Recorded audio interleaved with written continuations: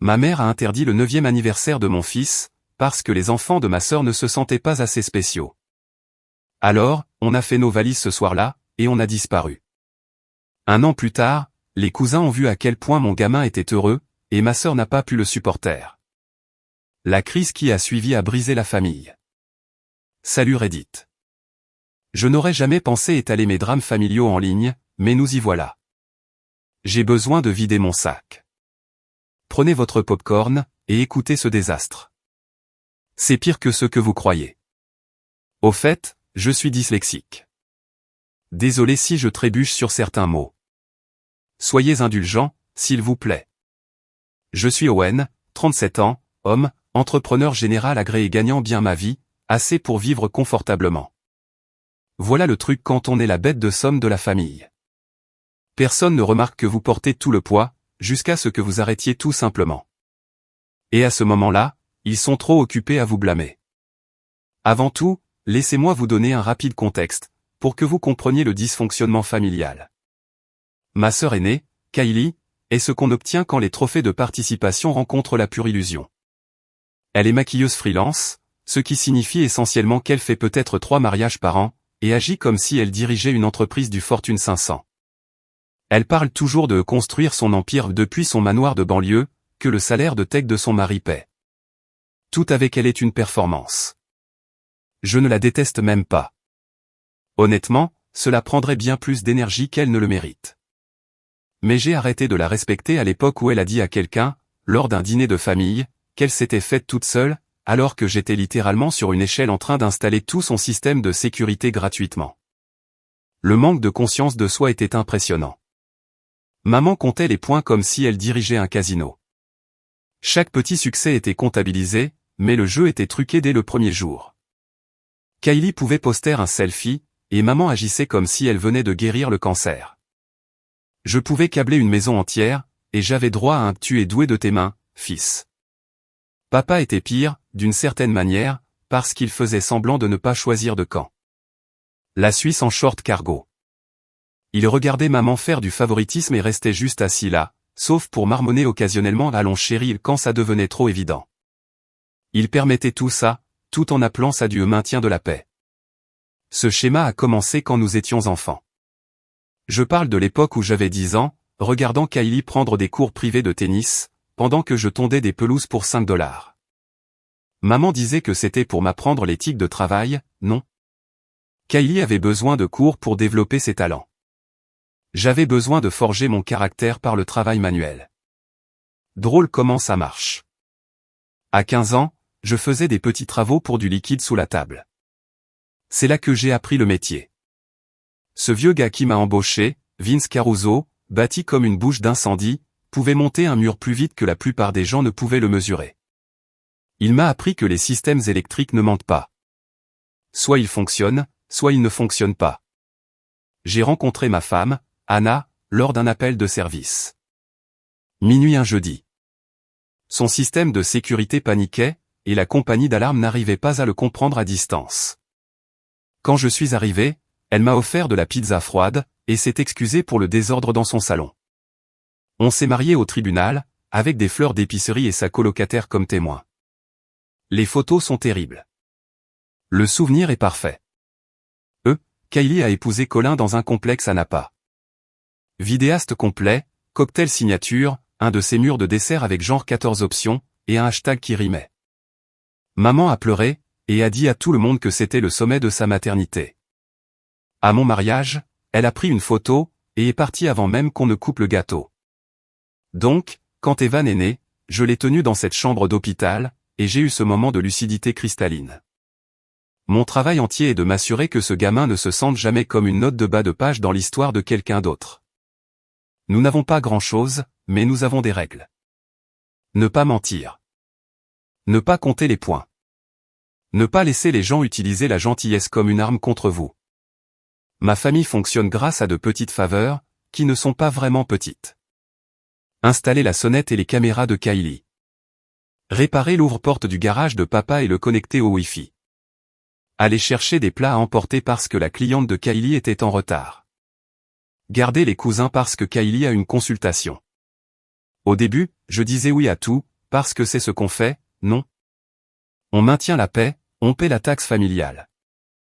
Mais la taxe continuait d'augmenter, et je n'ai jamais reçu de reçu. Alors j'ai commencé à noter tout ça, pour avoir la preuve que je n'étais pas fou concernant le déséquilibre de toute cette histoire. De janvier à août l'année dernière, 42 heures de travail, pièces et matériaux, $378 remboursés, 0 merci qui n'était pas immédiatement suivi d'une autre demande. Le pire, c'est qu'ils me planifiaient comme si j'étais sur leur liste de paye.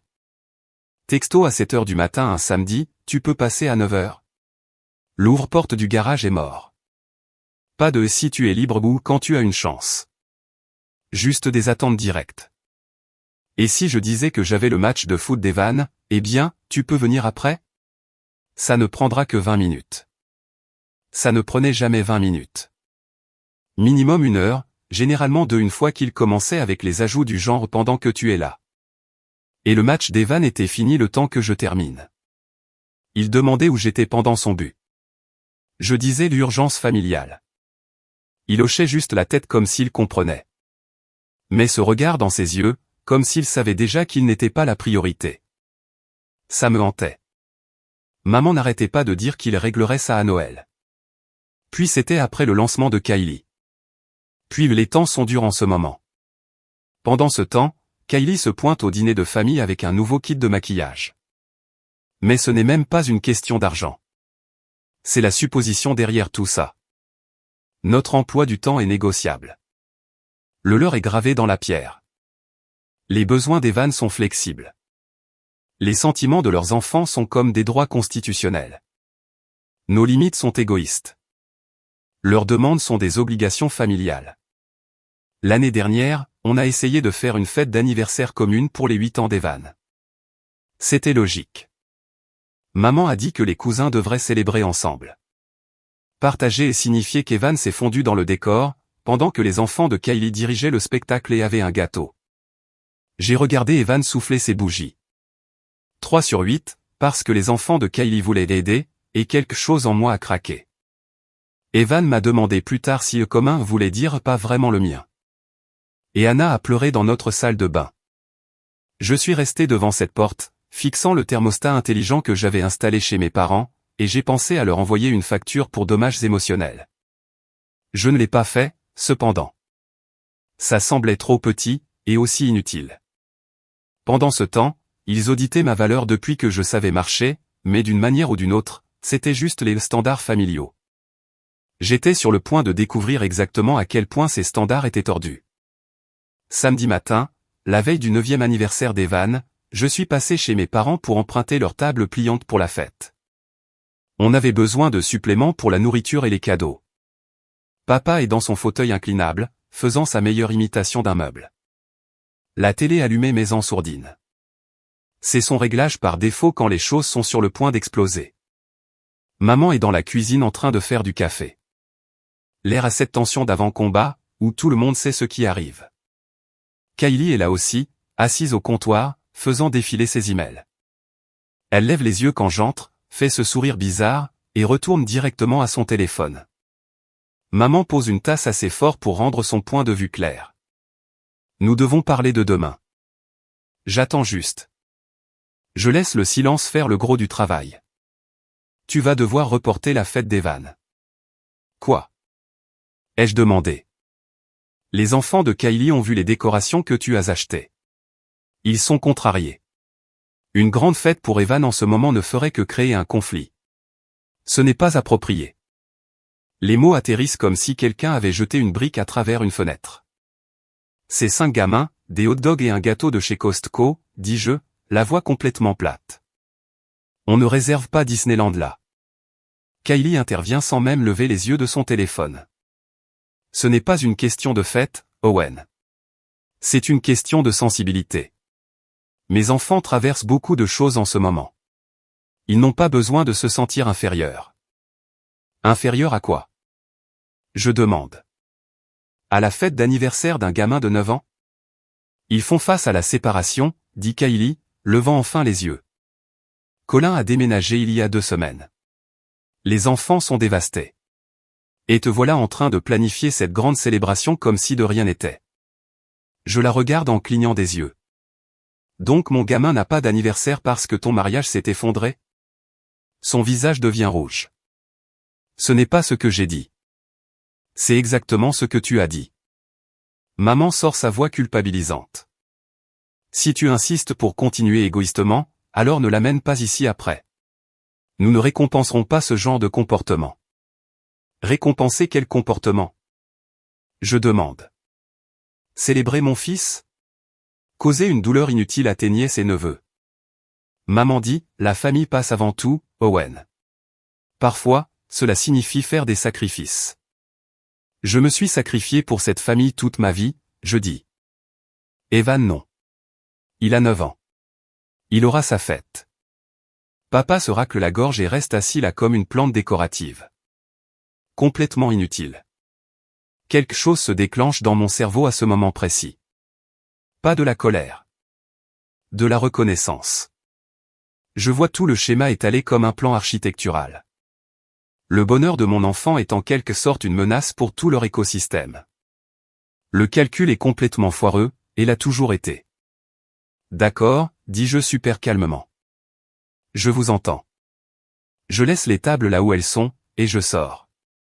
Je ne claque pas la porte. Le silence en dit long. Dans le camion, je reste assis là pendant 5 minutes, les mains sur le volant. Mon téléphone vibre. Kylie, ne sois pas dramatique. On peut le fêter le mois prochain. J'éteins le téléphone. Ce soir-là, je suis assis à notre table de cuisine avec Anna. Evan dort. Ils ont dit non pour la fête, je lui dis. Elle pose son téléphone.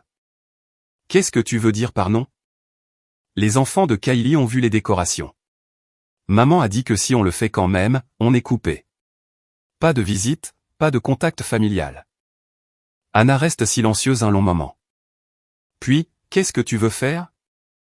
Je veux offrir sa fête à mon gamin, je dis. Et je veux arrêter de négocier pour le droit fondamental de célébrer mon propre fils. Alors faisons-le. Les messages commencent à 21h40. Papa, d'abord, réfléchissons bien à ça. Kylie, ensuite, ne rends pas tout si difficile, d'accord? Puis, maman, si vous maintenez cette fête, n'amenez pas Evan chez nous à nouveau. Nous ne pouvons pas soutenir votre manque de respect. Je fais des captures d'écran de tout. Je crée un dossier intitulé Épreuve. J'éteins mon téléphone. Anna et moi sommes assis dans notre cuisine, et je ressens quelque chose que je n'ai pas ressenti depuis des années. De la clarté. Dimanche matin. Evan se réveille en criant qu'il a 9 ans, et porte sa chemise préférée à l'envers parce qu'il est trop excité pour vérifier. On glace le gâteau ensemble. À 8h52, maman appelle. Je laisse sonner. 9h15, Kylie. 9h30, papa. Le journal d'appel ressemble à une prise d'otage, mais je suis trop occupé à attacher des ballons à un poteau de clôture pour m'en soucier. Il est temps d'organiser une fête pour mon fils, et de regarder ma famille perdre complètement les pédales. On s'installe au parc communautaire près de notre appartement. On a réservé le pavillon pour $60. On a accroché une bannière qui disait les 9 ans d'Evan en lettres qu'il avait coloriées lui-même. On a apporté une glacière pleine de boissons, des hot-dogs sur un grill portable, et ce gâteau de chez Costco. Les enfants commencent à arriver vers 11h. Kylie a dû voir le nom du parc sur la chaîne de texto RSVP où Colin était encore, parce qu'ils sont entrés comme s'ils étaient propriétaires des lieux. Des bonjours timides qui se transforment en chaos total en genre 10 minutes. Foot dans l'herbe, chat autour des arbres, cette marque spécifique de cris joyeux. Des activités normales d'enfants. À 11h20, je les vois à l'entrée. Maman entre en premier. Kylie derrière elle.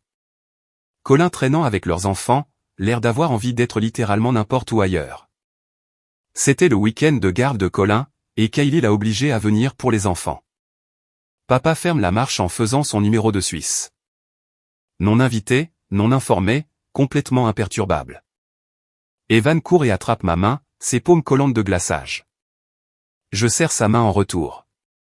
Maman inspecte l'installation comme si elle était inspecteur sanitaire. Les assiettes en papier, la glacière de station-service, les décorations faites maison. Son visage fait ce truc où elle est déçue, mais essaie d'avoir l'air inquiète à la place. Owen, dit-elle, la voix portant à travers tout le pavillon. Nous t'avions prévenu des conséquences. C'est la fête d'Evan, je dis. Calme comme une eau stagnante. Kylie s'avance avec son téléphone levé. Écoute, je n'essaie pas de créer un drame ici, mais c'est incroyablement égoïste. Mes enfants ont pleuré toute la matinée. Toute la matinée, Owen. Parce que tu devais prouver quelque chose. Je célèbre l'anniversaire de mon fils, je dis. Ce n'est pas prouver quelque chose. Maman essaie l'angle de la culpabilité. Sa signature. Après tout ce que nous avons sacrifié pour toi. Sacrifié quoi? Je demande. Elle cligne des yeux comme si je venais de lui demander de résoudre une équation complexe sur le champ. Nous t'avons élevé. Nous t'avons donné des opportunités. Vous avez donné des opportunités à Kylie. Vous m'avez donné des corvées. Ne mélangez pas les choses. Une des mamans des amis d'Evan regarde toute la scène. Type maman footballeuse avec un minivan et des chaussures sensées. Elle croise mon regard et mime, ça va. Je hoche la tête. Elle se positionne entre maman et les enfants. Kylie intervient. Oh mon Dieu. Tu joues sérieusement la carte de la victime à une fête d'anniversaire d'enfant? Je joue la carte de l'hôte, je dis. À la fête de mon fils où vous n'étiez pas invité. Colin se racle la gorge. Et mec, on peut juste. Soyons adultes à ce sujet. Je suis un adulte, je dis. J'ai planifié une fête pour mon gamin. Vous vous êtes pointé sans invitation et avez essayé de ramener tout à vous. C'est clair qui a besoin d'agir comme des adultes. Les yeux de maman s'écarquillent. Comment oses-tu nous parler de cette façon? Papa essaie d'intervenir. Fils, peut-être qu'on devrait tous prendre une grande respiration. Ne m'appelle pas fils, je dis. Tu es resté assis là pendant 37 ans à regarder ça se produire sans rien dire. Tu ne peux pas jouer au médiateur maintenant. Les enfants ont tous arrêté de jouer. Ils restent juste là dans un silence gênant, regardant des adultes ruiner absolument un samedi parfaitement bon. Je déteste ça, mais je sais aussi que cela doit arriver. Je m'accroupis vers Evan. Ça va, bonhomme? Il hoche la tête. Tu veux qu'il reste? Il regarde ses cousins, puis Kylie, puis me regarde. Je veux juste que tout le monde s'amuse. Réponse intelligente. Diplomatique. Il a 9 ans et est déjà meilleur à ça que n'importe lequel d'entre nous. Je me relève, je regarde droit vers ma mère. Vous pouvez rester et vous comporter comme des invités. Ou vous pouvez partir. Tu nous donnes un ultimatum?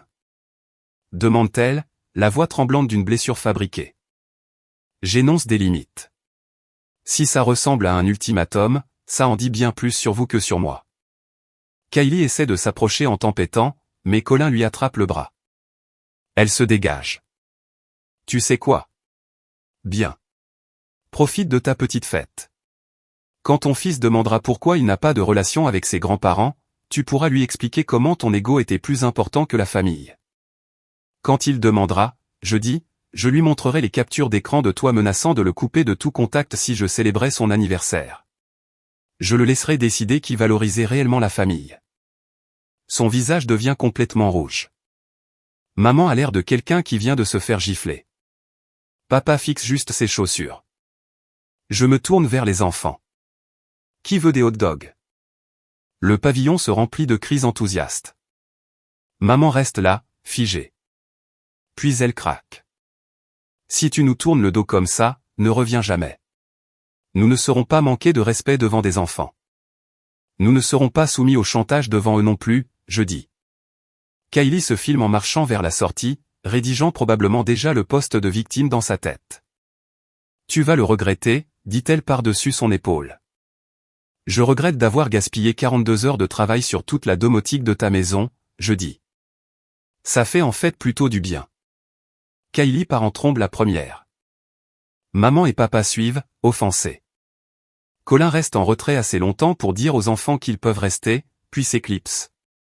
On mange des hot dogs. Quelqu'un renverse de la limonade. Quelqu'un marque un but et fait un salto arrière.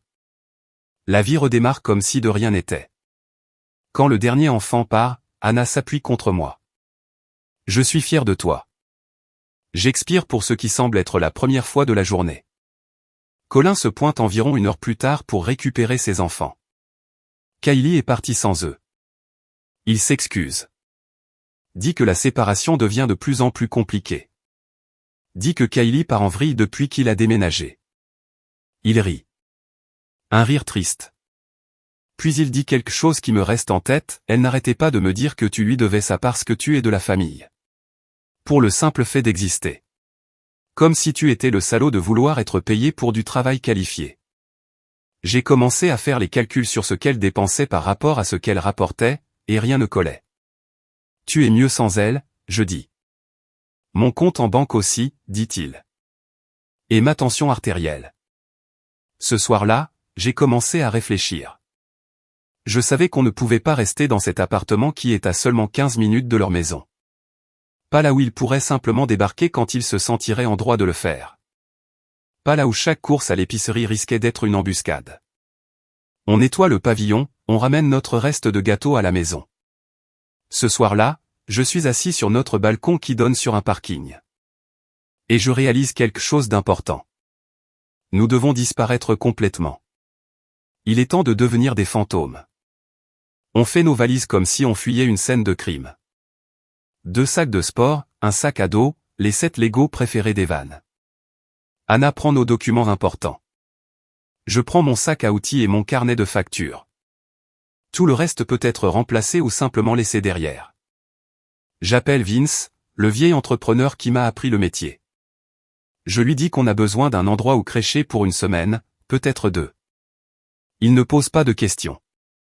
Il me donne juste l'adresse d'une propriété locative qu'il possède à l'est de la ville. Il dit que le locataire vient de déménager, et qu'on peut rester là pendant qu'il cherche quelqu'un de nouveau. Pas de loyer, dit-il. Garde juste l'endroit propre et répare tout ce qui casse. On quitte notre appartement à l'aube. On ne prévient pas le propriétaire. On ne fait pas suivre notre courrier. On a perdu la caution et payé des frais de rupture de bail qui sont tombés 2 semaines plus tard. Je l'ai payé et j'ai appelé ça frais de scolarité pour le cours Paix et Tranquillité 101. Donc, on charge le camion et on traverse la ville comme si on entrait dans le programme de protection des témoins. L'endroit de Vince est un 2 pièces au-dessus d'un salon de tatouage. Les escaliers grincent. Les fenêtres ne ferment pas tout à fait bien, mais c'est à 30 miles de la maison de mes parents, et ça rend l'endroit absolument parfait. Le bourdonnement des pistolets de tatouage et l'odeur d'antiseptique deviennent notre nouvelle normalité. Evan trouve ça cool. Anna dit que ça a du caractère. Je dis que ça a de la distance. La réaction familiale arrive par vagues. Semaine 1, 34 appels manqués de maman, 19 de papa, 12 de Kylie. Des numéros inconnus qui s'avèrent être des cousins et des tantes recrutés pour la campagne de culpabilité. Des messages vocaux allant de l'inquiétude à la menace pure et simple. Où êtes-vous? Nous sommes inquiets pour le bien-être d'Evan. C'est un comportement abusif, Owen, tu déchires cette famille. Je sauvegarde tout. Je l'étiquette bulletin météo. Un message vocal de maman ressort vraiment. Ton père est tombé hier. On a dû appeler Kylie parce qu'on n'arrivait pas à te joindre. Et si ça avait été grave? Et s'il était mort et que tu l'avais raté à cause de ta fierté? J'appelle Vince. Mon père est tombé? Je l'ai vu à la quincaillerie ce matin, dit Vince. Il avait l'air bien. Il achetait du paillis.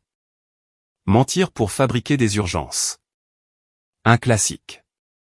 Semaine 2, l'embuscade financière. Maman m'envoie un tableau, un vrai document Excel. Des prêts détaillés qu'elle prétend que je lui dois. Ça inclut, cadeau d'anniversaire 2019, $50, maintenant classé comme prêt, course de Thanksgiving, $87, aide d'urgence, 2 cents. J'ai recablé tous leurs panneaux électriques gratuitement. Cadeau de Noël, $840. Apparemment, les cadeaux sont des prêts maintenant. Total réclamé, $2337. Avec des intérêts raisonnables, $3150. Je fais une capture d'écran, je l'ajoute au bulletin météo, et je réponds, envoie-moi une facture détaillée pour chaque heure que j'ai travaillé gratuitement. On réglera la différence. Elle ne répond pas. Mais je fais les calculs quand même. Assis à la table de cuisine de Vince avec mon carnet de factures et une calculatrice. Chaque travail dont je me souviens, chaque réparation, chaque installation, chaque faveur rapide qui s'est transformée en 3 heures. 42 heures de travail à mon tarif actuel de $110 de l'heure, $4620. Pièces et matériaux, $378. Remise familiale, qui était en fait juste du travail gratuit, $4998. Je ne les facture pas, mais je garde la facture. Je la classe avec le bulletin météo, juste au cas où. Semaine 3, la campagne de diffamation. Kylie poste une citation sur le fait de fixer des limites avec les membres toxiques de la famille sur une photo de coucher de soleil. 3 personnes commentent avec des cœurs. Une personne commente « Reste forte pour tes bébés ». Puis elle poste tout un carrousel de photos du voyage de guérison de ses enfants, séances de thérapie, projets artistiques sur les sentiments, un tableau de vision sur la reconstruction après un traumatisme familial. La section des commentaires est quelque chose. Tout le monde se sent terriblement mal pour elle. Pauvre Kylie, abandonnée par son frère. Personne ne mentionne les 42 heures. Personne ne mentionne les menaces. Personne ne mentionne l'anniversaire de mon fils.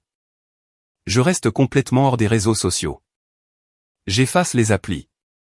Je bloque leur numéro. Notre nouvelle vie a un rythme.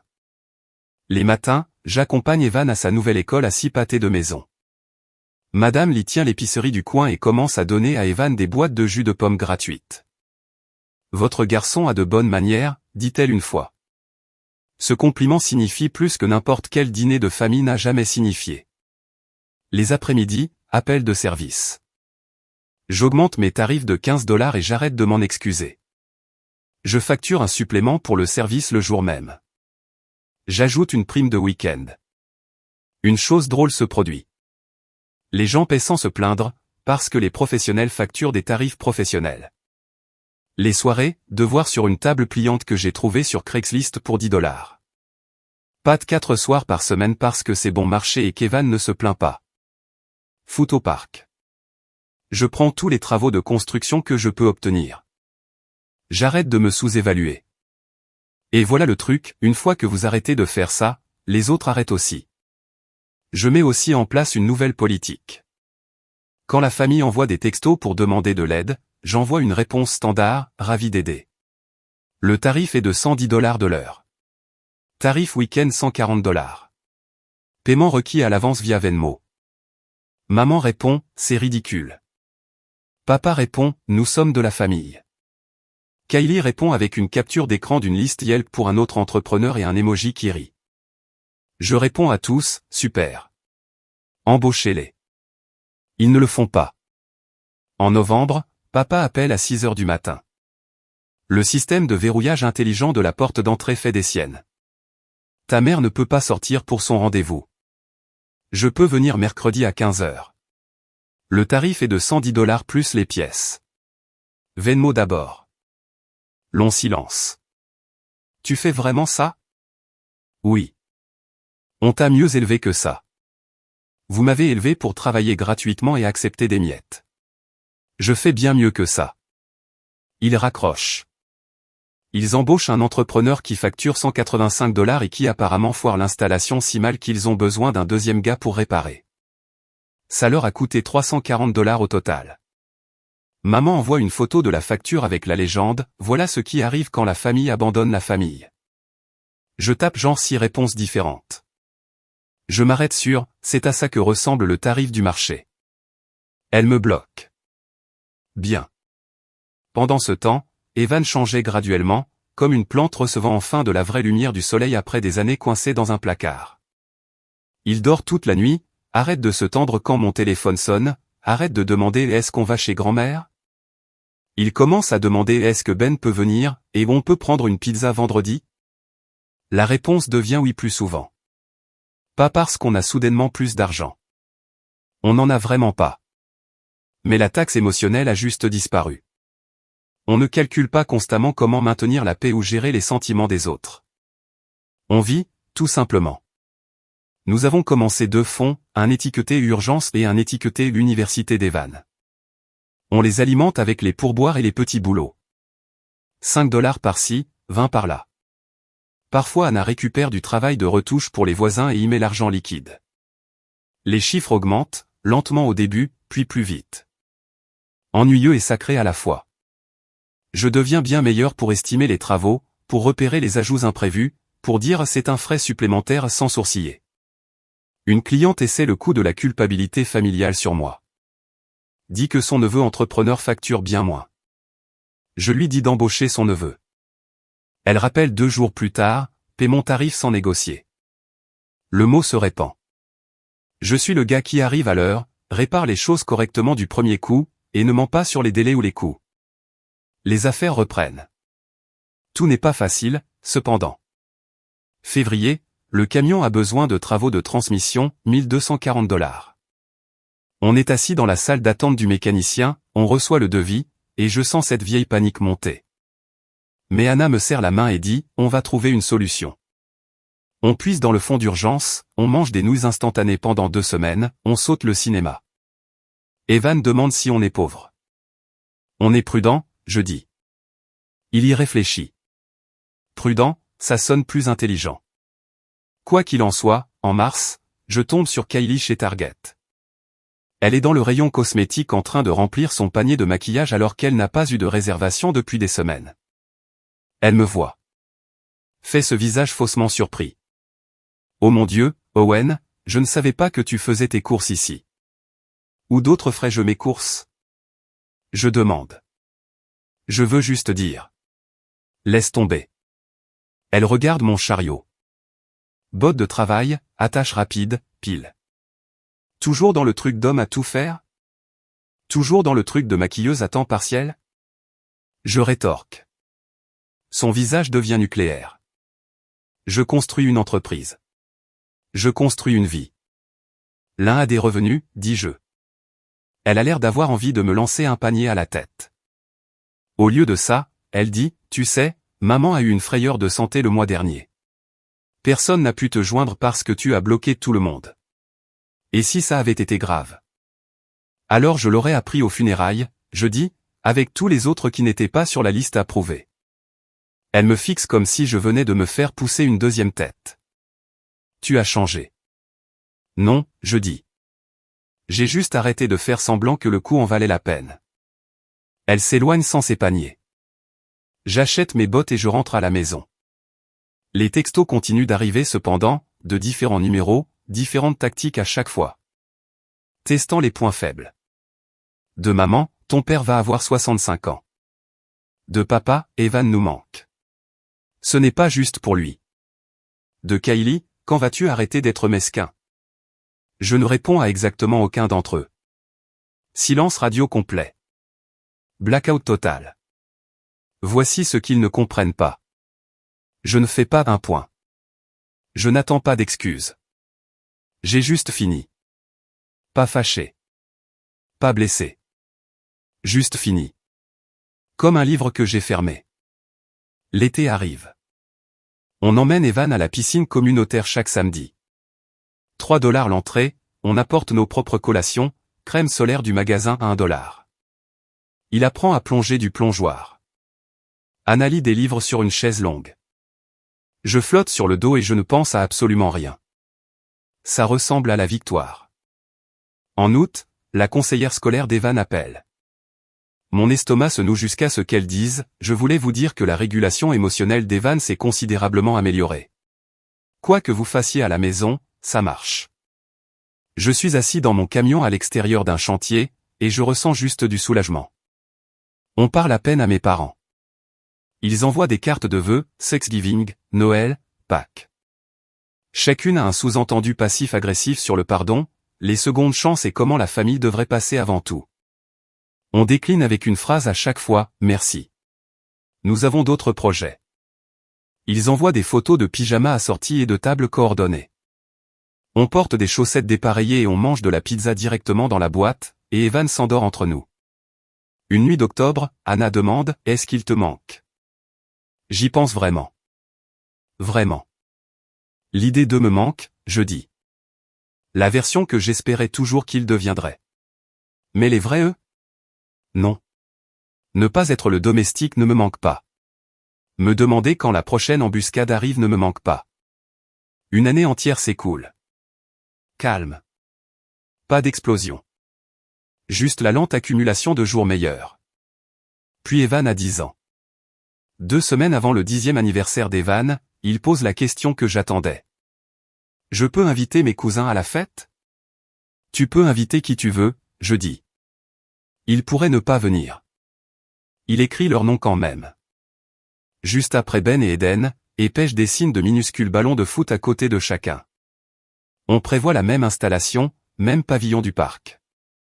Plus, je loue un parcours d'obstacles gonflable d'une entreprise dont j'ai aidé la camionnette avec un problème électrique quand l'onduleur du chauffeur est mort. Il me fait une réduction de $100 et ajoute une machine à bulles. Karma communautaire, dit-il. Jour de la fête, 13h. Le pavillon se remplit d'enfants et de bruit. J'installe le parcours d'obstacles et c'est un succès immédiat.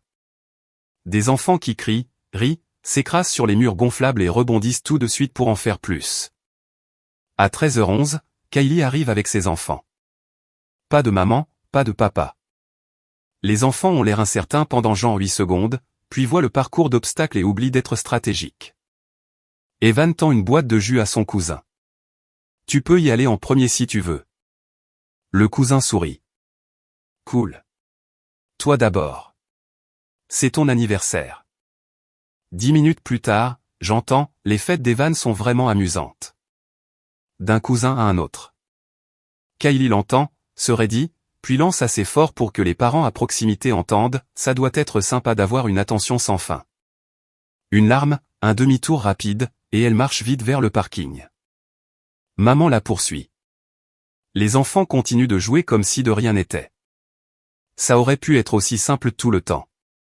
Mais ensuite à 13h47, maman et papa entrent en retard, prudents, habillés comme s'ils allaient à des funérailles.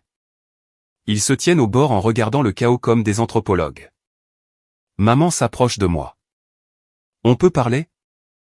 Pas maintenant, je dis. On est occupé. 5 minutes.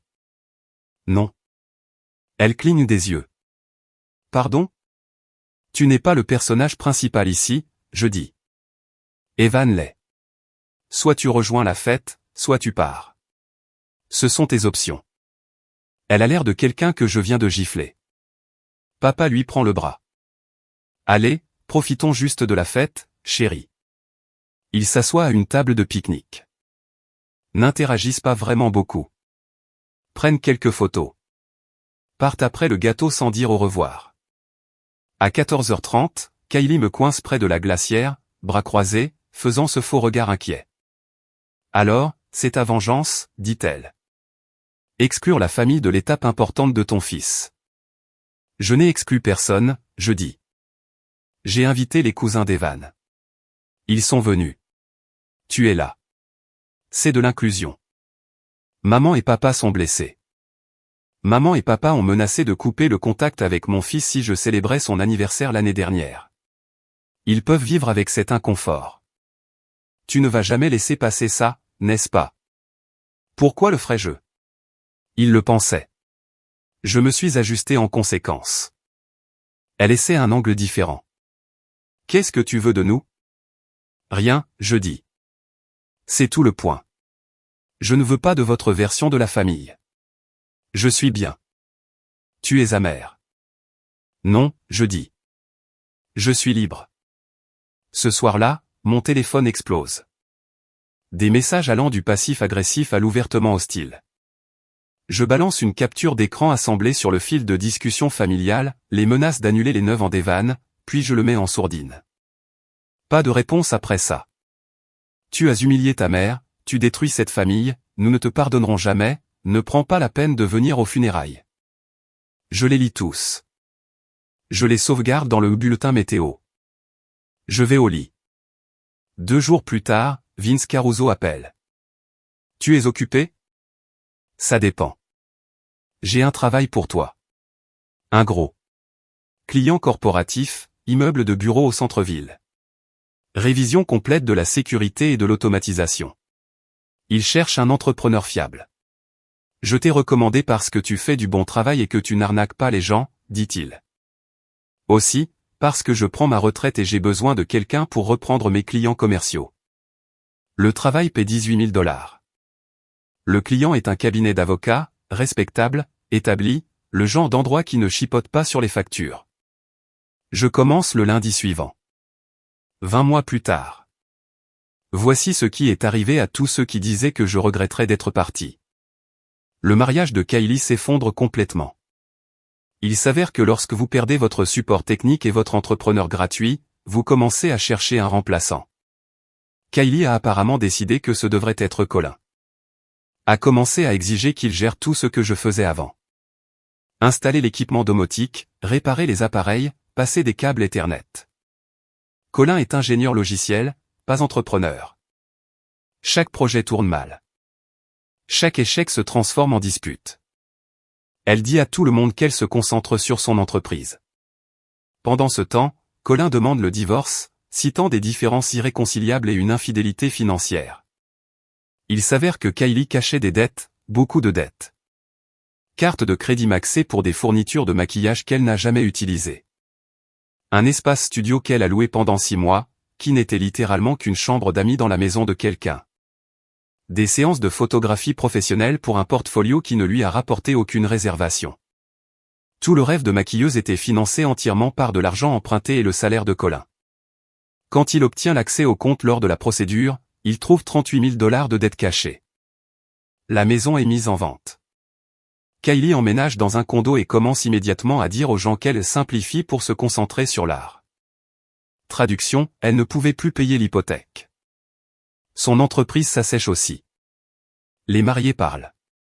Quand votre mariage implose publiquement et que votre propre frère ne vous parle pas, les gens commencent à se demander ce que vous avez fait. Personne ne veut de drame le jour de son mariage. Une mariée le dit à sa coordinatrice de cortège. Qui le dit à son photographe? Qui le dit à une amie maquilleuse? Qui poste dans un groupe Facebook de vendeurs de mariage, quelqu'un d'autre a des problèmes avec Kylie? Elle semblait vraiment à l'ouest à mon essai. Très distraite. N'arrêtait pas de vérifier son téléphone. Faisait des commentaires sur son ex-mari. Je ne veux pas de cette énergie le jour de mon mariage. 43 personnes voient ce post. Dans l'industrie du mariage, c'est fondamentalement une condamnation à mort. Ces réservations sont passées de 2 par mois à 1 tous les 3 mois. Elle essaie de se reconvertir en donnant des cours de maquillage au centre communautaire, obtient 3 étudiants, en perd 2 après la première session.